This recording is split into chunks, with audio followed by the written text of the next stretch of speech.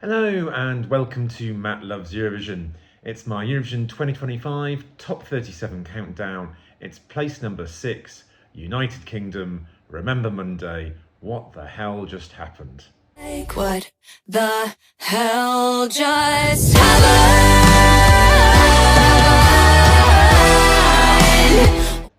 Please do click on the subscribe button, ring that notification bell, and like, share, and comment below.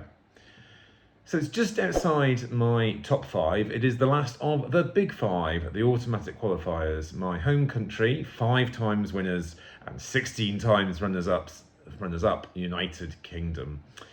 Now, after Sam Ryder's success in 2022 and hosting a great contest, in my opinion, on behalf of Ukraine in 2023 in Liverpool, the actual results of the past 2 years have somewhat disappointed.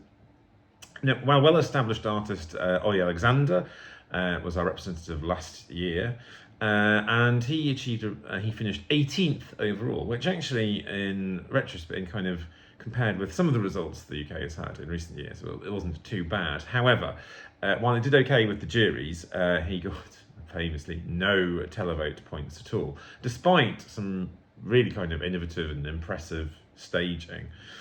So the baton of achieving a good result now passes to a trio of girls, Remember Monday, the UK's first girl band since 1999. Now, Remember Monday are made up of Lauren, Holly-Ann and Charlotte. They've been together since 2013, so it's been quite a while. They first bonded when they were in sixth form. It was even earlier, as they had a shared love of music. Now, originally they were called Houston, which is somewhat appropriate given that they are largely known as a country pop group. And then they changed to the name Remember Monday in 2018. Like many Eurovision artists, they have appeared on a TV talent show contest. They took part in The Voice in the UK in 2019, where they reached the knockout stages. Also, Holly-Ann has extensive West End musical theatre experience as well. And in autumn 2023, all 3 members left their full-time jobs, including one who was a deputy headmistress, I think, at a music school, or deputy headmistress and teaching music, to concentrate fully on their music careers. Now, as per recent years, the UK opted for an internal selection, and so Remember Monday was selected to represent the UK in Basel. Now, what the hell just happened is, I think, is a move away from the country pop sound that they are kind of best known for. Though I've still seen it being described as at least partly country pop, or having some country pop influences. I'm not sure I necessarily hear them quite as much, but perhaps. But yes, please, if you know better, do let me know in the comments. It is quite an eclectic mix of sounds and styles of really kind of different British songs and artists. I think a lot of people have mentioned Queen and Elton John among them in terms of just that sort of feeling you get in terms of some of the musical style. But also there's definitely some musical theatre in there, I think, hints of. And also, and obviously these are not British, but I think I've seen more than one reactor kind of mention ABBA. And I think there's a certain kind of that musical feel because of that layering of the vocals that they have, but also and the richness of the music. But also it's that storytelling in terms of how the story's being told, kind of. I woke up, etc. That ABBA do in their lyrics as well. So there's a sort of a certain kind of familiarity there as well. Now, the 3 members of Remember Monday are the co-writers of the song, as well as, admittedly, several other writers as well, but including the co-writer of Denmark's 2013 winning song, Only Teardrops. And the song is also produced by London-based duo Bill and Ted. Now, I will confess, it's possible I may be a little guilty of some home team favouritism here, but I genuinely think What the Hell Just Happened is very fun, it's inventive, clever, it's surprising as well. It doesn't go in the direction you might expect it to. The choruses are slower than the verses, it switches up tempo, so I think that makes it for a more interesting song.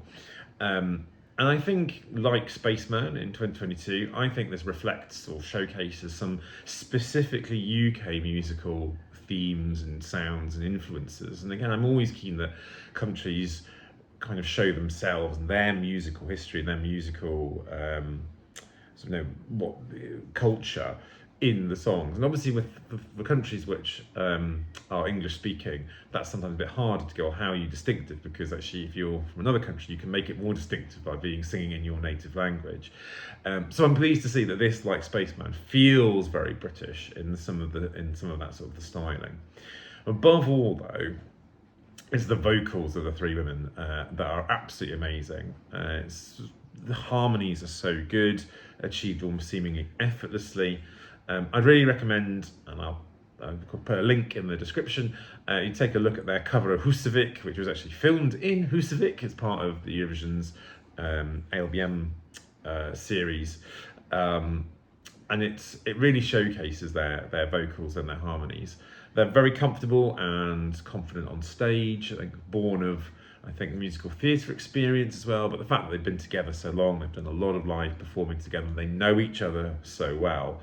And I think in short, we've really got an artist who we can have absolute confidence in delivering live, and they've been great and enthusiastic ambassadors. I think Charlotte is a massive Eurovision fan as well.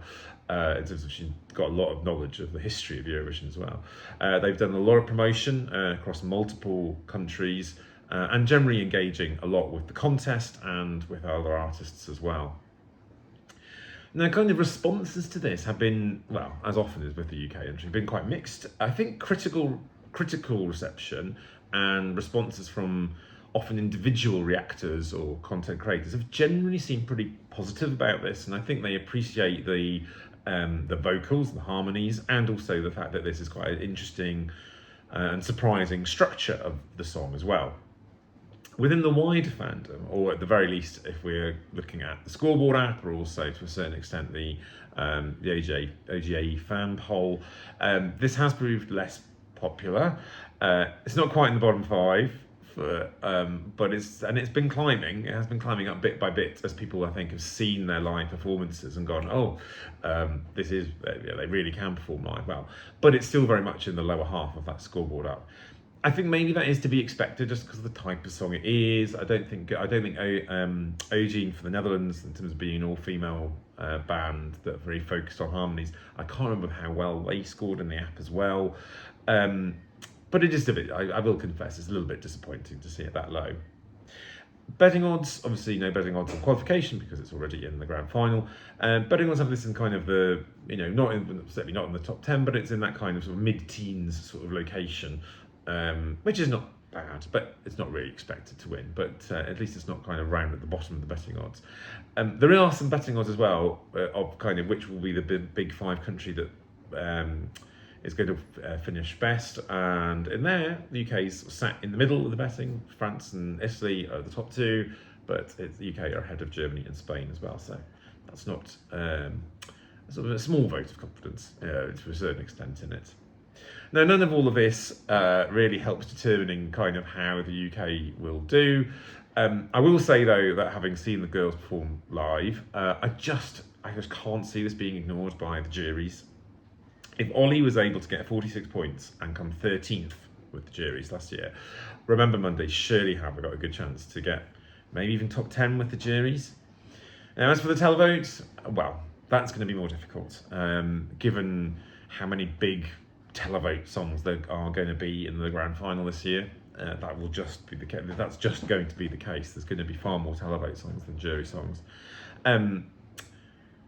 So there's just not a very much. There's going to be less points to go around in terms of for those other countries. That said, this is very, very much in its own lane. It's not really like anything else in the contest. It should stand out quite a lot in the final. And maybe for those people that like this sort of music or appreciate this sort of thing, it's going to stand out because it'll be the only thing that they we'll have for this, and so maybe that will entice some votes. It's quite also, it is quite catchy in the sense that I know me and my friends I've just come back from party weekend, which is probably why I'm looking slightly jaded possibly. But you know, kind of when we've woken up and a bit bleary-eyed or just reflecting like before, we keep on bursting into the chorus of what the hell just happened. So yes, that's you know, maybe there's a bit of that kind of hook will help get some televote points. I'm not expecting a lot of televote points, I have to say. To be honest, a single point will be better than last year. I think the UK delegation's aim for this year was they really wanted to deliver a performance which had excellent vocals and be respected by the juries and achieve a solid result. So I think we've got a good chance to achieve that.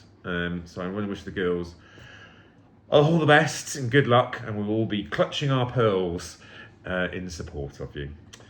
Of course, you can always read this on my website as well, www.mattloveseurovision.com, and do let me know what you think as well. Also, just what you've got at your number 6 in your own rankings if you are calculating those.